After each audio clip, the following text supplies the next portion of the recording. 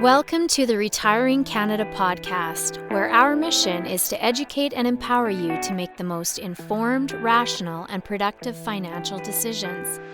Hosted by certified financial planner, author, and chartered investment manager Michael Isbister, you'll go behind the scenes to uncover the tips and strategies to help you invest smarter, optimize your retirement income, and reduce the amount of tax you pay. Michael is an investment advisor with Fundamental Wealth, a trade name of Harbourfront Wealth Management, an IROC dealer. And now, here's your host, Michael Isbister.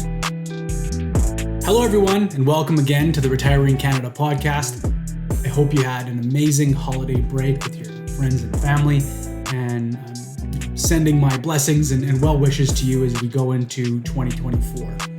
Now, in today's episode, we're going to discuss ways that you can take your retirement plan to the next level with my latest guidebook, Navigating Retirement. This guide highlights 25 tips to integrate your emotional well-being with smart financial decisions as you lead up to retirement. Specifically, I'm going to chat about what a retirement plan should be, who should snag a copy of this guide, how looking at the big picture will lead to retirement fulfillment, a sneak peek on what's inside, how you can get your copy, and lastly, as always, a few action items for you to consider. Now, when you hear or read about the quote-unquote retirement plan, what do you think about? What comes to mind? Is it numbers on a spreadsheet? Is it visions of vacations and leisure time with your spouse? Is it rolling on the ground with the grandkids? Is it a graph of your investments going up and down? Is it tinkering in the garage or working on that honey-do list? Is it about choosing a CPP start date? Is it making a plan for a healthy lifestyle? Is it continuing to help with the farm or family business? What actually is a retirement plan? Now, I must admit, I have never retired. So when I think of retirement for myself, albeit many years away, I find it really hard to envision.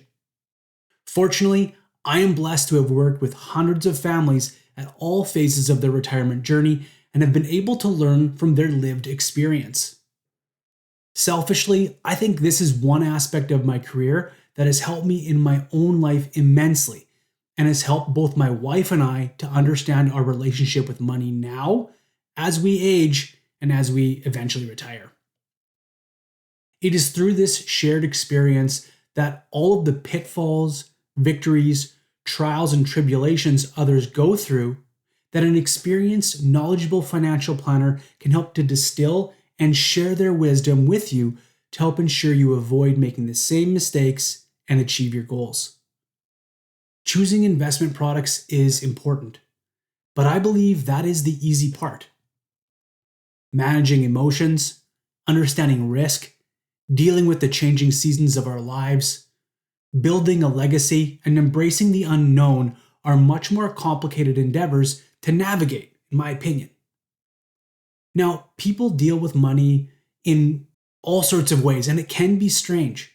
But often when you zoom out of that supposed strange behavior, there is a root cause. There is something underlying it. Someone who seems stingy or tight with their money, even though they have more than enough to live, may be that way because they grew up during hard times on the farm. Some may not want to spend certain money if they have a connection to a lost relative or a moment in time, while others may still put their money in tin cans in the freezer.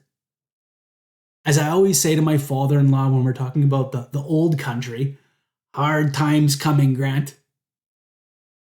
Some of this may seem odd to you, but that's because money is emotional and there's no way around it. I often say to my clients there are two core considerations when making any financial decision: the analytical side and the emotional side. Oftentimes, even when all the numbers make sense to make a certain financial decision, if how that decision makes you feel does not align, it just won't happen. Emotions will trump nearly every time. A true retirement plan needs to factor in the yin and the yang, the analytical and the emotional. One cannot exist without the other. And if you attempt to disconnect these two in any ways, you're setting yourself up for feeling unfulfilled and lacking purpose. That may sound really, really harsh, I know. As philosopher Thomas Carlyle once said, "A man without a purpose is like a ship without a rudder." And I would argue that the same could be said for one's retirement plan. A retirement without purpose is like a ship without a rudder. Find your purpose first, then build your retirement plans around that purpose. If you lead with the numbers and spreadsheets and expect to find fulfillment waiting, you'll end up discovering that true wealth isn't a number. Some may plan ahead and try to visualize this purpose, and others may hope that it just finds them. Which brings me to the purpose of today's episode: to introduce you to my latest retirement guidebook, Navigating Retirement: Integrating Emotional Well-Being with Smart Financial Decisions. In it, I hash out both the emotional and analytical side to creating a true retirement plan. From creating your bucket list, getting organized, and re-engaging in hobbies and volunteering, to reducing tax, protecting your portfolio from market drawdowns, and embracing the unknown. If you are within 10 years of retirement or recently retired, I encourage you to request your copy today. I will leave a link down in the show notes so you can check it out. Once you get it, go through the guidebook and make a few notes of a few key things that mean a lot to you, and circle back and look at it every once in a while to keep it on top of your mind as you prepare for retirement. Again, both the emotional and analytical aspects are what we want to keep at the top of your mind. All right, so with that, a few action items for you to consider from today's episode. First, get a copy of the guidebook by clicking the link in the description, and it will be delivered directly to your inbox immediately.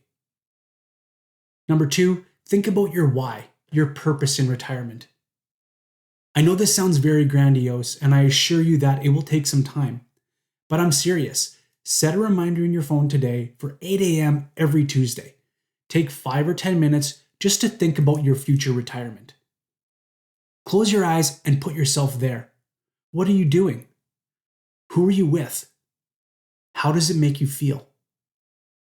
Lastly, talk to some family and friends whom you trust who have currently retired. How did they best prepare for the emotional aspect of retirement?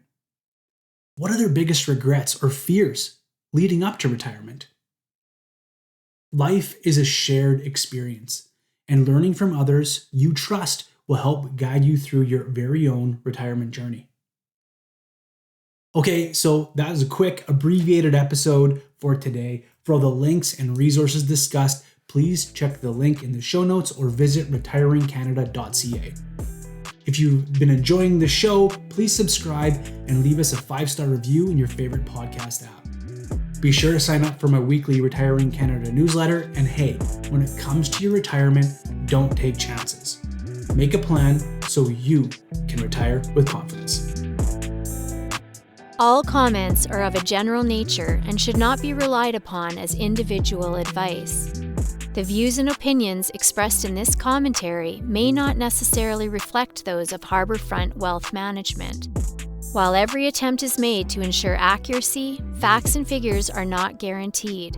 The content is not intended to be a substitute for professional investing or tax advice.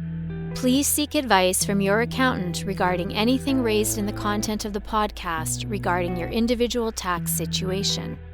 Always seek the advice of your financial advisor or other qualified financial service provider with any questions you may have regarding your investment planning.